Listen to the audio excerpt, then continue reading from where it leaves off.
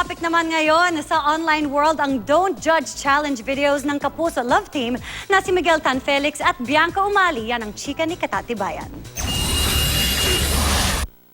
Pinatunayan ng bagong hit video ng Kapuso twin Miguel Tan Felix na we should not judge a book by its cover. Sa video, mukhang kay rami ng pimples at buhok na walang kaayos-ayos.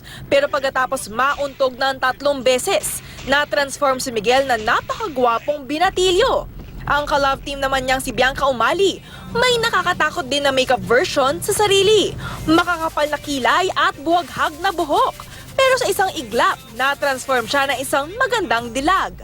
Yan ang version nila ng Don't Judge Me Challenge na nais magpahatid ng mensahe na huwag basta-basta manghusga sa panlabas na itsura. Napanood namin yung mga compilation and we enjoyed watching them. So, naisip namin, baka pwede rin kami gumawa. Sa ngayon, may higit 80,000 likes na ang kanilang video. Nakaka-flatter man daw na marami ang naaliw sa mga ginawa nilang videos ni Bianca. Pero ang importante para kay Miguel ay makapaghatid sila ng inspirasyon sa fans at responsableng gamitin ang social networking sites. We think na it is better na hindi lang kami matututo. We want to share kung ano yung mga alam namin sa ibang tao. And gusto rin namin syempre mag-inspire. Kunyari, popost si Bianca ng painting niya. Parang maglalagay siya ng don't give up. Katatibayan, updated sa Showbiz Happenings.